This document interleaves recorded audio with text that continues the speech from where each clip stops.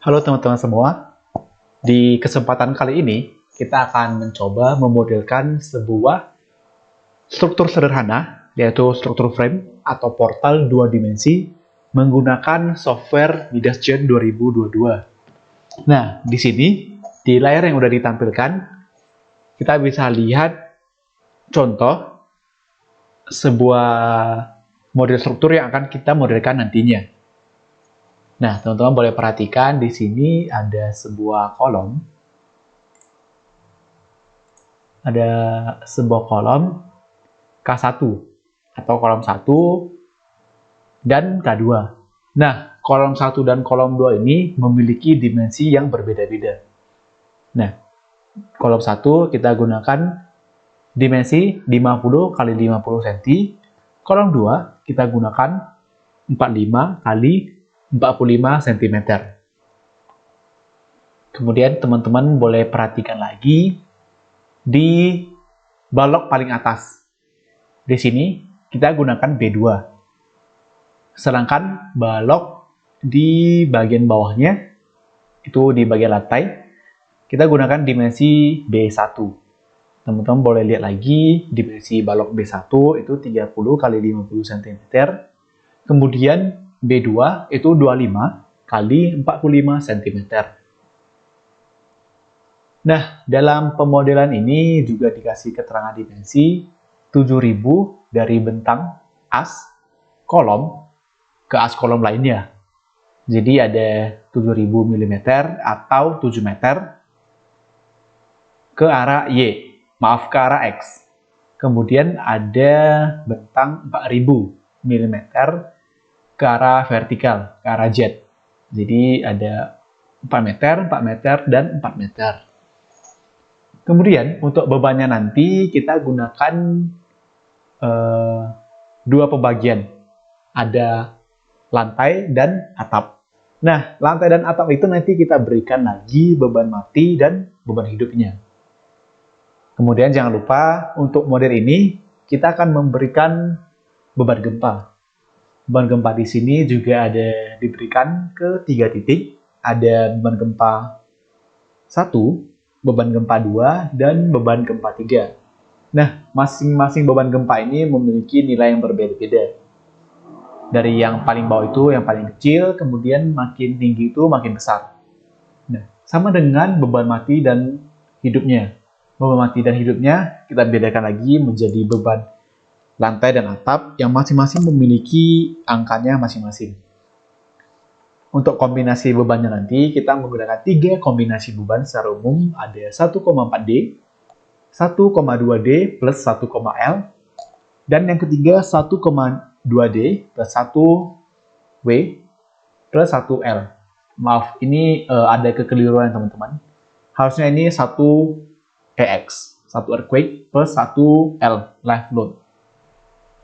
Untuk material ini kita gunakan beton dengan mutu FC30 MPa. Nah, kalau misalnya kita udah memahami apa yang udah harus kita kerjakan, kita bisa langsung pindah ke aplikasi atau software Midasgen. Nah, di sini udah saya buka sebelumnya. Jadi untuk tampilan awalnya akan seperti ini. Untuk mulai memodelkan struktur, kita bisa langsung ke New Project.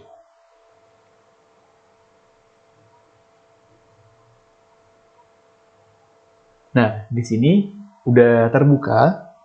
Kita bisa langsung aja pergi ke Tools dan ke Preference. Nah, di sini kita pindah ke tab Design or Load Code.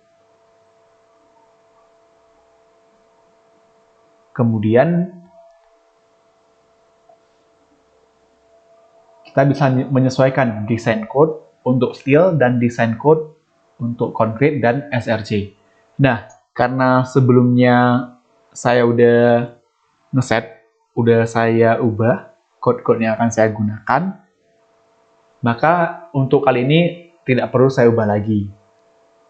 Karena udah saya set sebagaimana mestinya sesuai dengan layar yang tertampilkan di sini. Nah, tapi buat teman-teman yang baru saja mendownload Midagent, ini teman-teman boleh menyesuaikan lagi. Akan menggunakan desain code apa, akan menggunakan load code bagaimana, dan segala macam. Karena ini udah, kita langsung oke-kan aja. Nah, kemudian kita bisa langsung masuk ke pemodelan struktur. Hal yang pertama yang akan kita kerjakan adalah mendefinisikan material. Nah, untuk mendefinisikan material, kita ke properties dan material properties. Di sini, kita bisa menambahkan material yang akan kita definisikan, kita add. Untuk elasticity data, kita gunakan concrete. Karena struktur yang kita gunakan atau kita modelkan adalah struktur beton. Di sini kita bisa menggunakan standar-standar yang udah ada dalam Midagent. Salah satunya adalah SNI untuk RC, Reinforced Concrete. DB-nya kita bisa pilih, karena sesuai soal tadi kita gunakan FC30 MPa, kita langsung klik FC30 MPa. Nah, untuk nama di sini juga udah otomatis. Kalau misalnya kita mau menambahkan beton FC30 MPa juga boleh. Untuk modulus of elasticity itu nggak usah kita ubah lagi karena udah nilainya udah default dari standar SNI yang kita pilih tadi. Karena ini udah, kita enterkan. Kita masuk ke section. Untuk pemilihan section ini kita menyesuaikan dengan dimensi-dimensi balok kolom yang udah tertera pada soal tadi. Jadi kita akan memasukkan dimensi ini, K1, K2, B1, dan B2. Ini kita add. Untuk section kita ubah dulu, kita pilih sesuai dengan apa yang kita inginkan. Kita pilih rectangle, pakai user, name-nya ini kita buat K1. K1 tadi dimensinya itu 50 x 50 cm. Supaya nanti kita tidak bingung, kita tulis dulu keterangan dimensinya. K1 50 50. Ini dalam cm.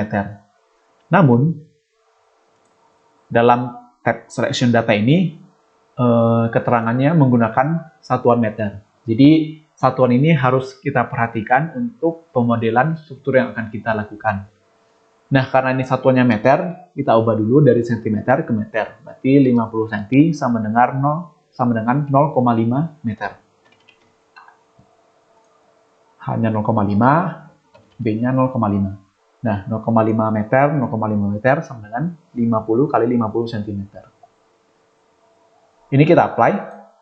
Nah, ini udah tertambahkan section yang pertama, K1, kita bisa menambahkan lagi section yang kedua, itu K2, dengan dimensi 45 x 45. 0,45, 0,45. Karena ini satuannya masih meter, jangan lupa kita perhatikan satuannya.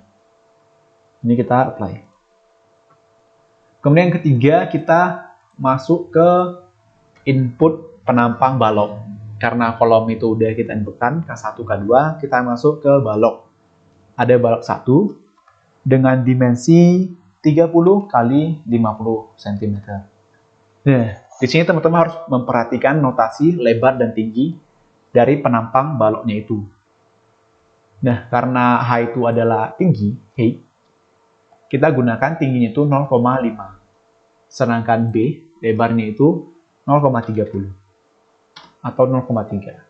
Nah, di sini kita udah bisa lihat kira-kira dimensi penampang balok yang terwujud itu bagaimana. Karena kan secara umum, tinggi balok itu lebih besar daripada besar lebar balok itu sendiri. Kita bisa lihat di sini, ini udah sesuai.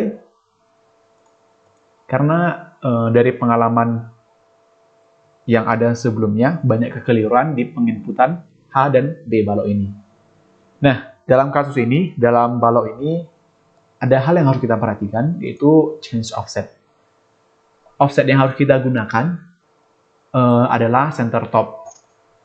Jadi sebelumnya itu offsetnya center-center untuk balok, khusus untuk balok, dan tidak berlaku untuk kolom, kita gunakan center top. Ini kita okekan, kita apply. Nah, kita masuk ke balok yang kedua. B2 dengan dimensi 25 kali 45 cm. Kita masukkan lagi, H-nya itu 0,45, kemudian B-nya itu 0,25. Oke, offsetnya nggak usah kita ubah lagi karena sebelumnya udah kita ubah. Kemudian kita okekan aja. Jadi ada 4 section yang udah kita definisikan, K1, K2, B1, dan B2. Ini kita close. Kemudian kita bisa menentukan frame atau geometri yang akan kita modelkan. Nah, untuk pemodelan itu sendiri, di dalam Midas Gen 2022, kita bisa menggunakan fitur Base Structure. Nah, Base Structure ini kita bisa bebas memilih beberapa template atau Base Structure yang sudah disediakan oleh Midas Gen itu sendiri. Salah satunya adalah frame. Nah, di frame ini kita bisa langsung generate beberapa frame atau portal sesuai dengan koordinat atau dimensi yang sudah kita tentukan sebelumnya. Nah, di sini kita bisa menginputkan untuk frame arah X dan arah Z. Karena ini 2 dimensi, Midas otomatis mendefinisikan arahnya itu sesuai dengan arah X dan Z. Nah, untuk arah X sendiri, di soal, coba kita perhatikan lagi. Untuk arah X, berarti arah ke sana, itu dimensinya 7000 mm. Atau sama dengan 7 meter. Dengan pengulangan 3 kali. Ini 1, 2, dan 3. Jadi kalau misalnya kita perhatikan, distance-nya itu 7 meter. Repeat 3 kali. Kalau udah, kita add X koordinat. Kemudian untuk arah Z. Arah Z, kita coba lagi ke soal. Arah Z itu ada 4000 mm. Atau sama dengan 4 meter. Dengan pengulangan 1, 2, dan 3. Berarti 4 meter dengan pengulangan 3 kali. Di sini kita inputkan distance-nya 4 meter dengan pengulangan repeat 3 kali. Ini kita tambahkan add Z koordinat. Kemudian show dimension. Supaya nanti mempermudah visualisasi kita. Kita bisa lanjut ke tab edit. Jadi di sebelah input ada edit, kita klik dulu. Nah, di sini supaya nanti mempermudah, kita langsung bisa klik generate frame ini. Karena kita udah inputkan koordinatnya berapa kali, bentangnya berapa panjang, kemudian pengulangannya berapa kali, kita langsung generate frame. Klik generate frame. Nah, di sini udah tertampilkan kira-kira tampak atau visualisasi frame yang akan muncul pada tab Midas Gen ini nanti. Ini kita langsung. Nah, ini juga kita bisa tampilkan elemen number dari 1, 2, 3 sampai yang paling besar. Ini langsung kita okekan. Nah, kurang lebih hasil dari tampak ini yang udah kita buat menggunakan base structure tadi. Namun, kalau misalnya kita perhatikan, ada beberapa bagian yang harus kita hilangkan, harus kita hapus, harus kita buang, agar geometri ini sesuai dengan soal yang telah kita sediakan. Nah, dari base structure yang udah kita modelkan tadi, kita hapus beberapa bagiannya. Oke. Sebelumnya, di Midas Gen itu sendiri ada fitur autosave. Jadi teman-teman akan diarahkan untuk langsung menge-save file yang telah dikerjakan teman-teman. Hal ini berguna sebagai antisipasi jika komputer atau laptop teman-teman itu terkena kendala. Misalnya mati secara tiba-tiba atau bagaimana. Jadi udah tersave sendiri di dalam komputer teman masing-masing. Ini untuk mengantisipasi hal yang tidak kita inginkan, jadi kita save dulu, misalnya contoh latihan. Ini teman-teman boleh save di mana aja, misalnya di C drive, di drive, langsung kita save aja. Untuk waktu auto save ini juga nanti teman-teman bisa set sendiri kalau misalnya teman-teman mau. Nah, kita balik lagi dari awal. Berarti kita harus membuang atau memodelkan beberapa geometri ini sendiri. Kita coba pakai ini menu select by window. Kita select bagian yang harus kita buang. Langsung klik delete pada keyboard laptop atau komputer teman-teman. Sorry.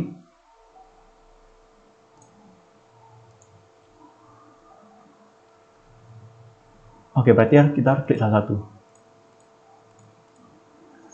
Oke. Kemudian bagian ini.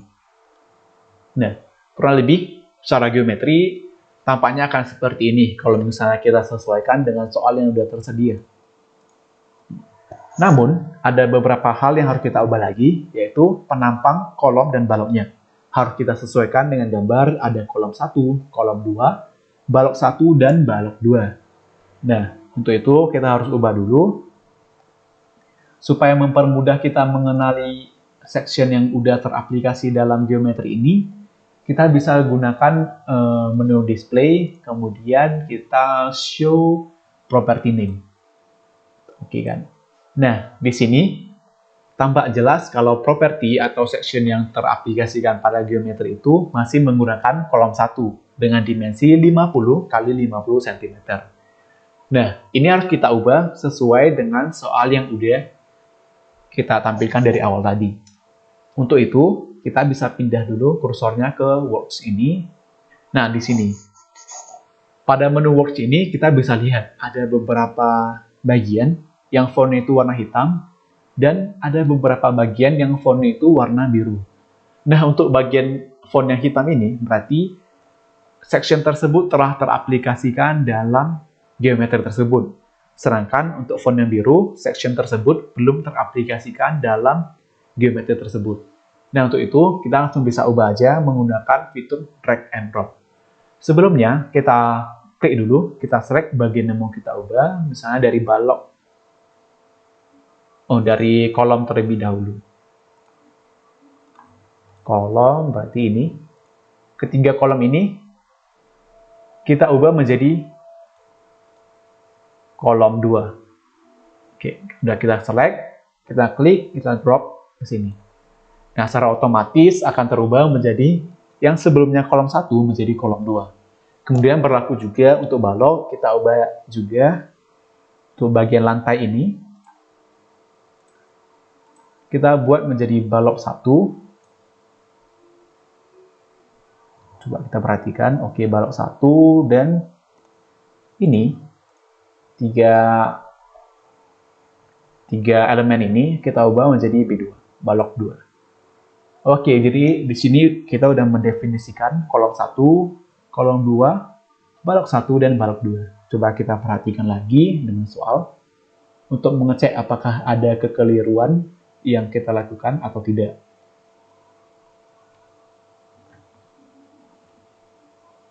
Oke, sepertinya udah benar. Nah, secara geometri ini udah selesai. Tapi kalau misalnya teman-teman masih kebingungan dengan visualisasi kolom 1, kolom 2, balok 1, balok 2, kita juga bisa mengubah warnanya itu menggunakan draw, elemen type color, random color, kita coba apply.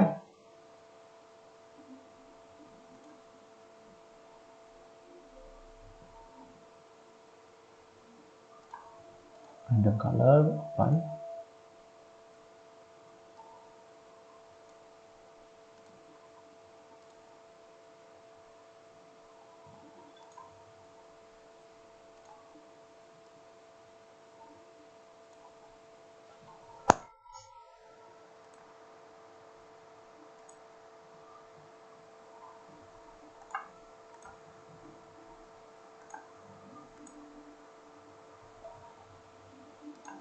Oke, seharusnya untuk warna ini sendiri, masing-masing elemen, masing-masing section itu pernah punya warnanya masing-masing. Tapi Coba kita set lagi.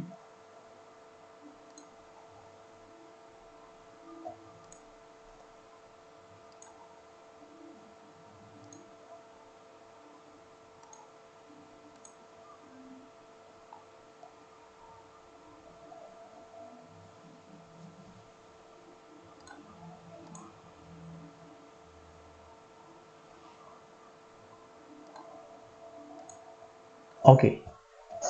Oke, maaf teman-teman. Mungkin tadi saya lupa. Seharusnya yang diklik itu section atau thickness color. Kemudian kita klik random color dan kita apply. Ini kita close dulu. Nah, di sini kita bisa lihat untuk kolom 1 warnanya ungu. Kolom 2 warnanya hijau Tosca. Balok 1 warnanya hijau tua. Dan balok 2 warnanya biru muda. Nah, kalau misalnya teman-teman nanti bingung dengan notasi-notasi itu, kita bisa menggunakan kita bisa generate warna sesuai dengan section yang berlaku. Jadi nanti ini bisa kita matikan untuk property name-nya. Oke, ini udah kelihatan. Cara geometri ini udah selesai. Kita bisa lanjut ke tumpuan. Tentunya setiap struktur yang kita buat harus ada tumpuannya. Untuk pendefinisian tumpuan ini, kita select terlebih dahulu titik atau node yang akan kita definisikan sebagai tumpuan. Dan kita masuk ke tab boundary ini di Define Support. Nah, di sini berbeda dengan aplikasi atau software analisis struktur lainnya. Kalau misalnya di analisis struktur lainnya, kita udah diberikan animasi untuk menggunakan tumpuan sendi, jepit, roll, dan sebagainya macam. Namun, di Midasgene ini sendiri, kita menggunakan konsep awal atau konsep dasar tumpuan. Nah, ketika kita ingin mendefinisikan tumpuan jepit, berarti tumpuan jepit itu menahan seluruh displacement ke segala arah. Berarti arah X, Y, Z akan ditahan. Untuk itu, kita klik aja di all. Semua displacement akan ditahan. Kemudian untuk rotation juga pada tumpuan jepit akan menahan semua rotasi ke arah X, Y, dan Z. Ini juga kita klik. Nah, ketika kita klik keduanya, di all dan R all, berarti kita udah mendefinisikan sebagai tumpuan jepit. Dan Bina sendiri juga akan mentranslate itu sebagai tumpuan jepit. Ini kita apply. Nah, di sini udah kelihatan supportnya, tumpuannya. Kalau misalnya mau lebih jelas, kita bisa ke boundary, support by direction. Oke. Kemudian, secara geometri ini udah selesai, kita bisa lanjut ke beban. Hal pertama dalam pembebanan yang harus kita lakukan adalah mendefinisikan static.case. Di sini kita bisa menambahkan SW, self weight, type-nya itu dead load, description-nya itu berat sendiri struktur. Ini kita add, kemudian ada SDL, super dead load atau superimposed dead load. Namanya jadi beban mati. Kita add. Kemudian ada LL, live load, type-nya kita ubah ke live load, namanya beban hidup.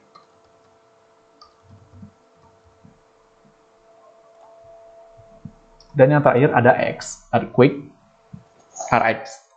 Type-nya itu jangan lupa kita ubah ke earthquake, description-nya itu beban gempa arah X.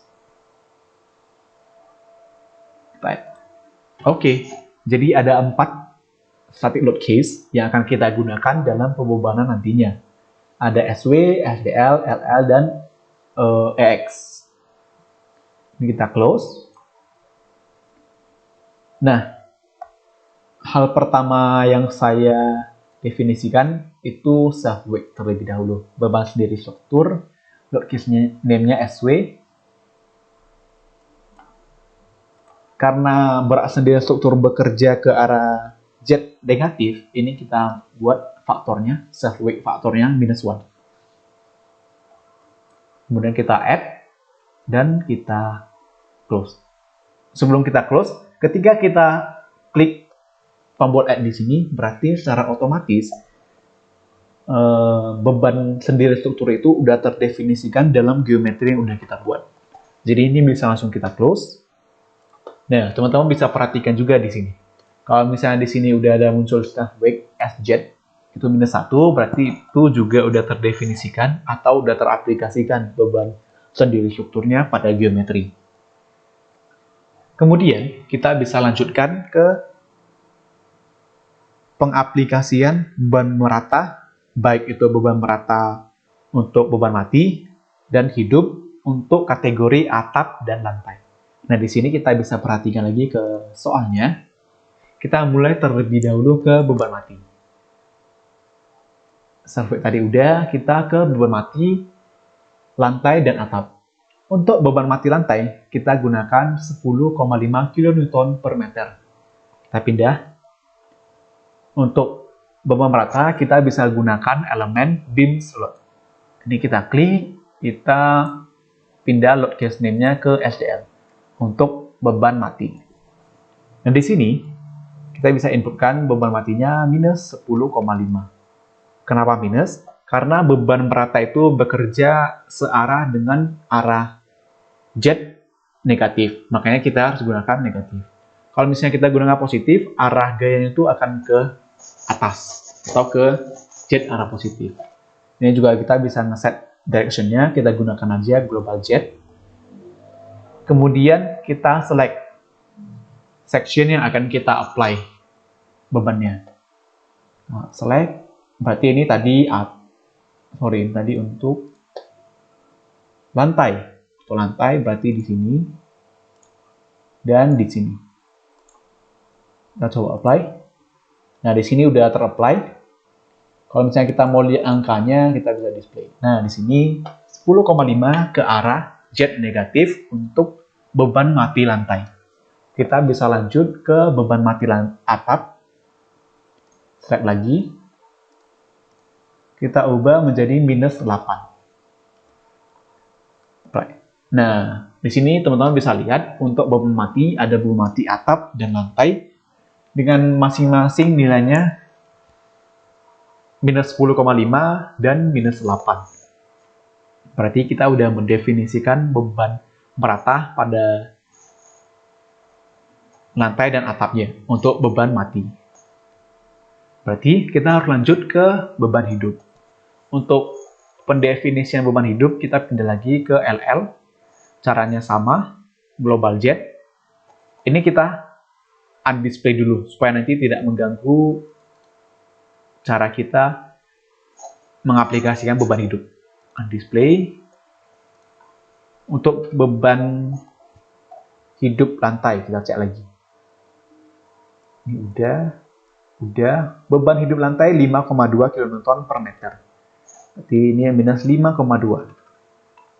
Select lagi bagian yang mau kita aplikasikan. Apply. Kemudian atap.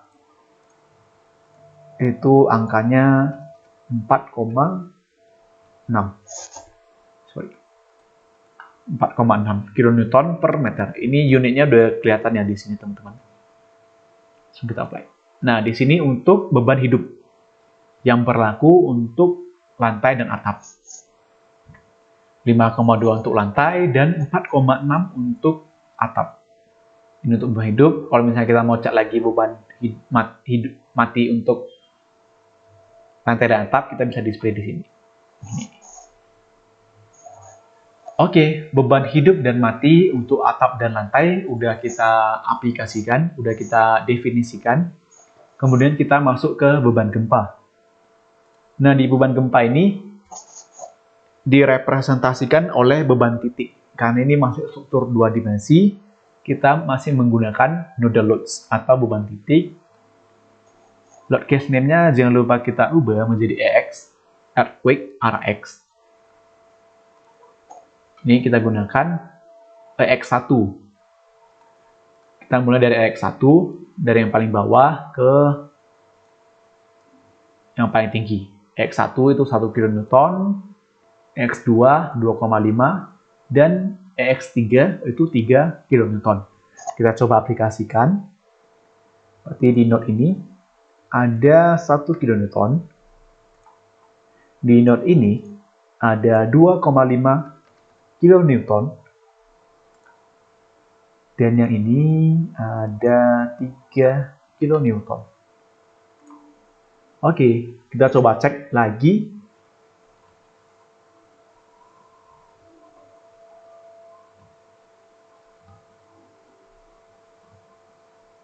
Oke, secara penerapan beban, baik itu beban merata dan beban titik sebagai beban gempa, itu udah kita definisikan, udah kita aplikasikan. Berarti secara pembumanan ini udah selesai. Sehingga kita bisa lanjut ke kombinasi beban. Kita harus mendefinisikan kombinasi beban untuk parameter analisis nantinya. Untuk itu kita bisa pindah ke result dan ada menu load combination.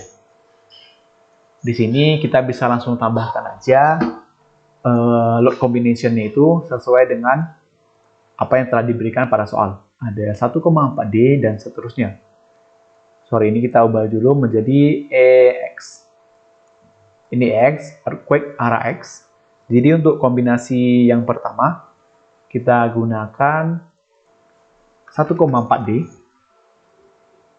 Nah, di sini load case-nya jangan lupa kita tambahkan sesuai faktor yang berlaku. Di sini, karena kita 1,4D, kita pilih dulu self-weight itu faktornya 1,4.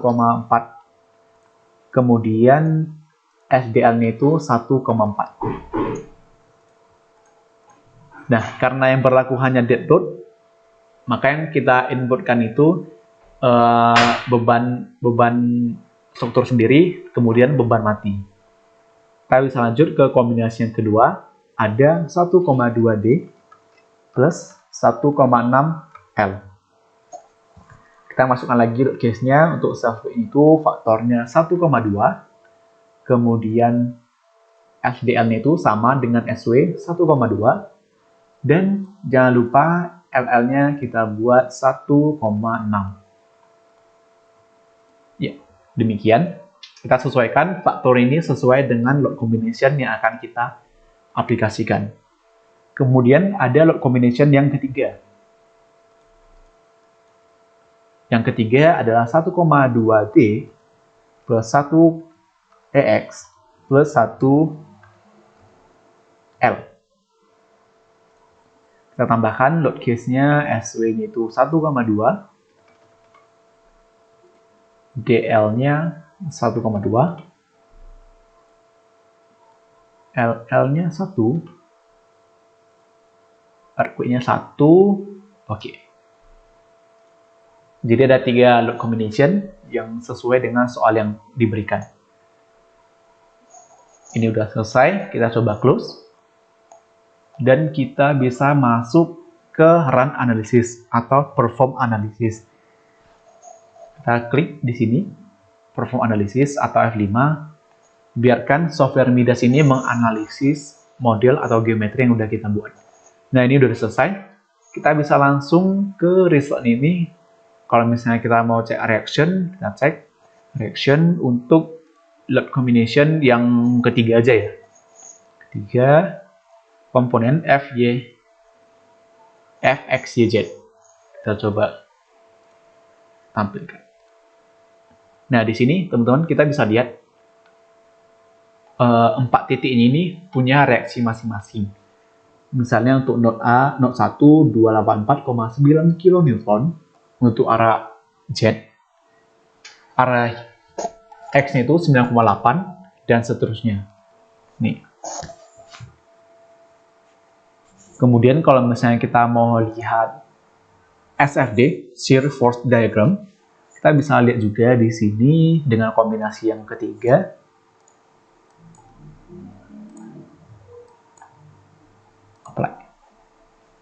Nah, di sini kita bisa lihat SFD yang berlaku untuk struktur geometri yang kita lakukan atau kita modelkan sebelumnya. Kita juga bisa lihat BMD, Bending Moment Diagrams, kurang lebih seperti ini. Nah, kalau teman-teman butuh parameter yang lebih detail, misalnya untuk parameter perancangan, kita bisa tampilkan dalam bentuk tabel, misalnya untuk reaksi, kita ambil dengan kombinasi yang ketiga. Oke. Nah, di sini dapat ditampilkan untuk not 1 sampai 4 ada reaksi arah X, reaksi arah Z, dan momen arah Y. Nah, ini bisa kita copy, kita pindahkan ke Excel kalau misalnya kita butuh parameter tersebut. Kemudian kita bisa cek juga untuk SFD-nya. SFD kita ambil kombinasi paling besar ketiga. Nah, di sini juga udah ada elemen 4 pada bagian IJ. Jadi ada sumbu I dan J-nya, kita bisa cek kira-kira aksialnya berapa, kemudian gaya gesernya berapa, dan momennya berapa. Nah, parameter-parameter ini bisa kita gunakan, bisa kita copy, kita pindahkan ke Excel untuk parameter perancangan nantinya.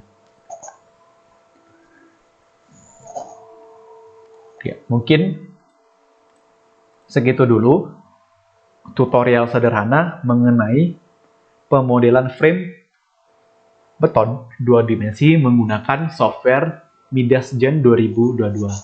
Maaf kalau misalnya ada kesalahan kata atau masih ada hal yang dibingungin, teman-teman boleh tanyakan melalui email atau komen. Emailnya nanti saya letakkan di description video ini. Terima kasih dan sampai jumpa di video tutorial lainnya.